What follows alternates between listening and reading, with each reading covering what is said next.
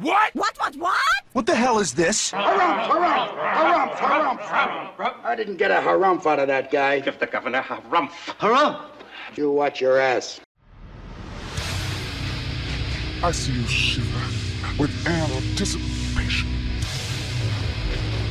Let the show begin. Hey everybody, this is David Heretic coming at you with another edition of Reactions, Reviews, and Rants. And tonight, okay, we're coming back to One OK Rock. Yes, indeed, One OK Rock fans, feeling you. Come on now. Here we go. Before we go any further, for those of you who are feeling inclined to doing all of the clicks and the likes and the bibbity boobity bop, do me a favor, before you do all that stuff, please watch the whole video first, okay? Give me a chance to actually earn those clicks and likes. Now, after the video's done, if you still feel like doing all those clicks and likes, then by all means, feel free to click away.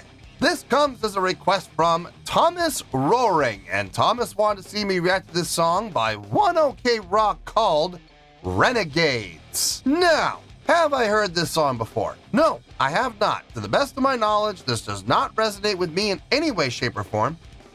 However, there's always a possibility I may have heard this song in passing and I just don't realize it. So as always, if I start listening to the song and I suddenly go, wait a second, hold it, I've heard this song before, I'll let you know. That's the truth. You know me, I'm gonna be honest with you guys. This was posted by Fueled by Ramen. Okay? And the video has 12.6 million views. It'll get you there. Other than that, there's really nothing else left to say. Link to the original video will be down below in the video description for your viewing pleasure at your leisure. Let's get started. What do you say? Are you ready? Are you ready? Because here we go. All right, here we go. One OK Rock Renegades official video. Wah, wah, wah. Yeah, there's that word official coming off of their, no, it wasn't their official page. It was Fueled by Ramen. So not their official page. So I don't know. I don't know how this is going to go. I mean, they posted it up on their channel and they didn't get blocked. So we shouldn't have any issues, but you know how much the YouTube gods hate me. So I don't know. We'll have to wait and see how this goes, I guess. All right, let's do this. All right, boy, let's do this.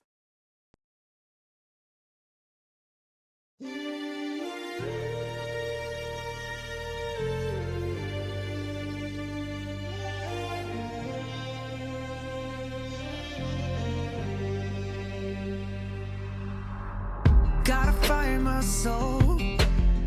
I've lost my faith in this broken system. Got love for my home.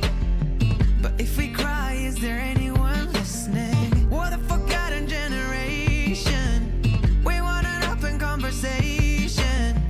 Follow me on this road. You know we gotta let go. For all of the times that they said it's impossible, they built the hurdles, the walls, and the obstacles. When we're together, you know we're unstoppable now. I'm not afraid to tear it down and build it up again. Okay, burn it up. We could better renegades. I'm here for you. We're here for each other. Let's start again. We could better renegades.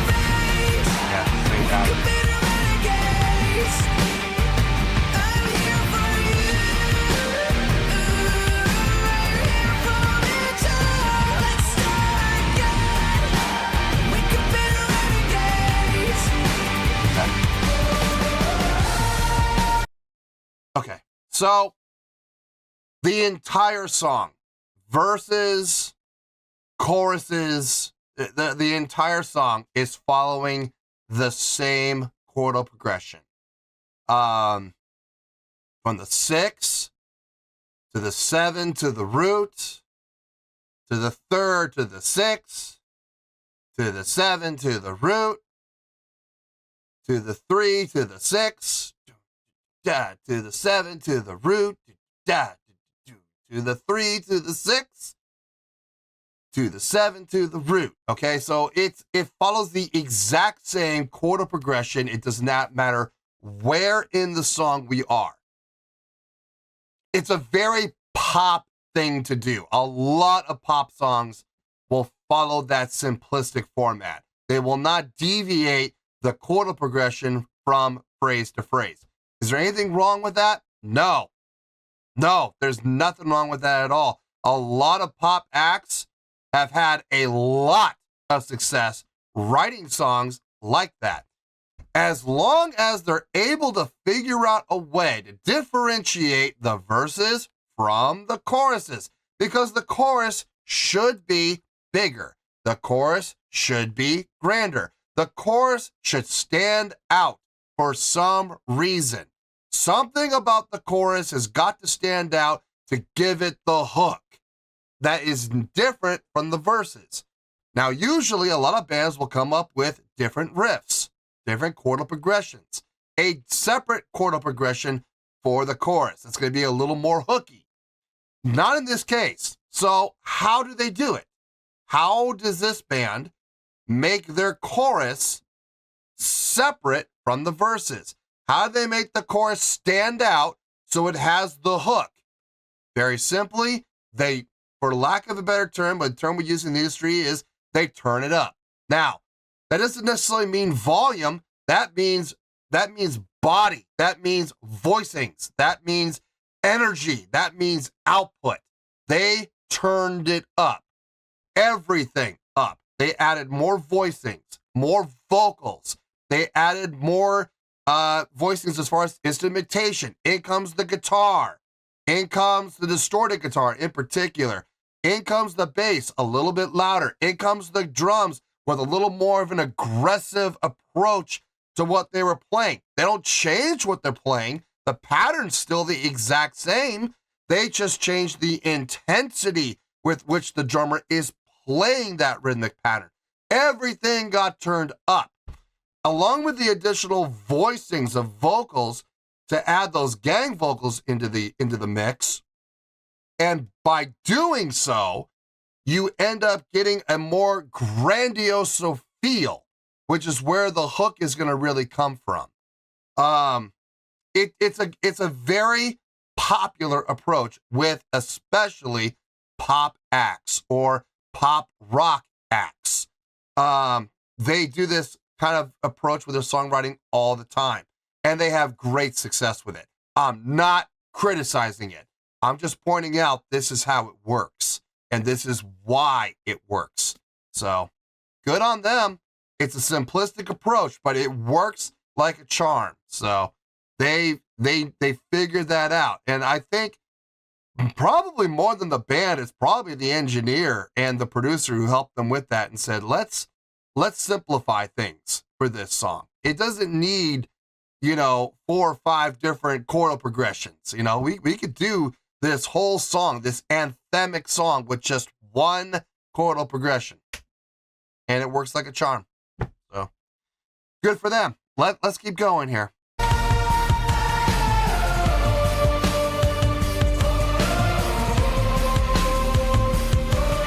Let's see if they bring it down again.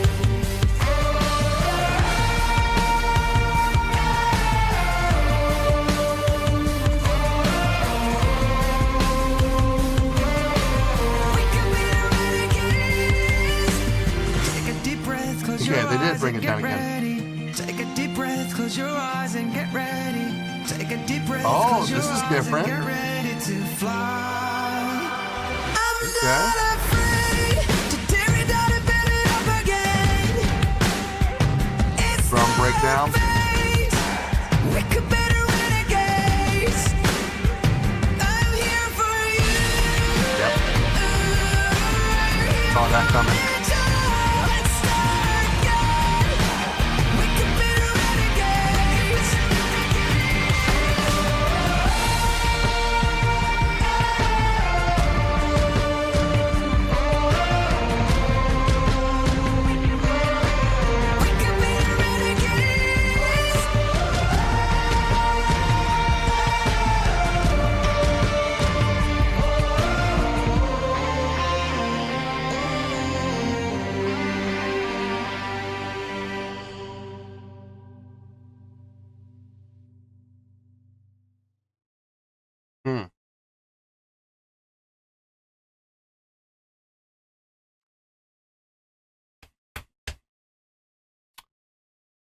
This band's interesting.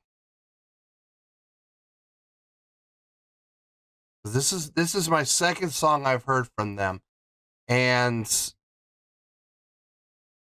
I'm gonna be saying a lot of the same things about this song that I said about the first song. So I'm gonna be repeating myself quite a bit. I'm gonna try not to. I'm gonna try to trim the fat and just say copy and paste, you know. But I'm starting to see. I think I need to see at least one more song from this band before I can really put the period at the end of the sentence. But I'm starting to see a pattern. We'll talk about that more in the review. Let me get my thoughts together. I'll see you in the review, and we'll talk about it. Well, there you go, folks. That was One OK Rock with Renegades. This was a request from Thomas Roaring. Okay, I thought about it, and okay, just to keep things simple and just to keep things on the shorter side, I'm just gonna refer a lot to the last reaction I did to these guys, which I know was a while ago, but I vaguely remember what I was talking about during that reaction. And we're going to be doing a lot of copying and pasting, you know, Control C, Control V, aha. We're going to have a lot of those moments. So just to keep things on the shorter side. Let's start with the score and we'll go from there. On a scale of 1 to 10, I am going to give this song a 7.4. Yep. 7.4. I feel good about that score.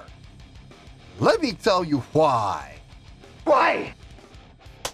Okay, first things first, a 7.4. What does that mean? Well, a 7.4 would translate to a really good skill rating. So overall, I think this was actually a really good song. It would also equate out to 4 out of 5 stars. And a B+ letter grade. Yeah, B is in boy. B+ letter grade. So there you go. 7.4, really good skill rating, 4 out of 5 stars, and a B+ letter grade. Now, how did I come up with that score? Ha ha! So glad you asked. While the song may be simple, and let's be honest here, folks, 90% of the song followed the exact same chordal progression, okay? There was really no deviation. There was that one section where it deviated a little bit. Now, I talked at length about how that could work, so I'm not going to talk about it at length again. If you want to know what I thought about that and how they made that work, go back in the reaction, rewind a little bit, listen to what I had to say there. All I'm going to say is they figured it out. They understand how to take one riff, make an entire song out of one riff, and yet make it work through the usage of staggered entrances, staggered exits, layering, and expansion. They understand how we say in the biz, they understand how to turn it up. And they absolutely did at key points. In particular, the chorus, the hook of the song, the chorus, okay? Now, they get it. They understand it. Does that mean that the song itself is impressive? No, not at all. But it does sound good. It does flow well. It's easy to recognize. It's easy to follow along with. And when it comes to writing songs that are, and I need you to remember this word I'm about to use. When it comes to writing songs that are anthemic, that's what you really want to have. You don't want a complicated song. You don't want a song that's got a whole bunch of time signature changes, and a whole bunch of key signature changes, and a whole bunch of different chordal progressions being slammed and crammed and shoehorned to the point where you literally have, 60 notes inside of one measure. It's going to sound like an angry bee at that point. No, when you're doing an anthemic song, you want it to be as simple as possible. Why? Because by making the song anthemic, you want it to be easy to follow. And this song is absolutely easy to follow along with. The gang vocals in particular really are going to add to that call to arms feel that you want to have in an anthemic song. Now, when we're talking about anthemic songs, this is what I was going to discuss. Now, I don't know if I want to put a period at the end of this sentence or not. I think I'm going to use several periods to make this a run-on sentence. But something tells me this band specializes in writing anthemic songs. The last reaction I did to One OK Rock was a song called We Are. And if I remember correctly, that song was also anthemic. So now I'm not gonna, I can't base this assumption on just 2 songs. So I'm not putting a period at the end of this sentence. I'm leaving it open. But something tells me this band could be one of those bands that specializes in writing anthemic songs. Now, I'm going to have to listen to more of these guys before I can put a period at the end of that statement. But so far, for the 2 songs I've heard from these guys so far, that seems to be the trend. Now, maybe we just got lucky with these 2. I don't know.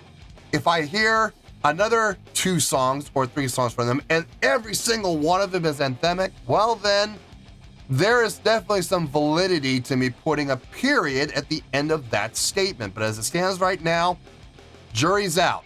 But something tells me these guys got a good idea of how to write anthemic songs. I mean, they've done it twice now. So maybe that's what they're all about. Maybe they're all about writing simple songs that are anthemic and get the crowd behind them.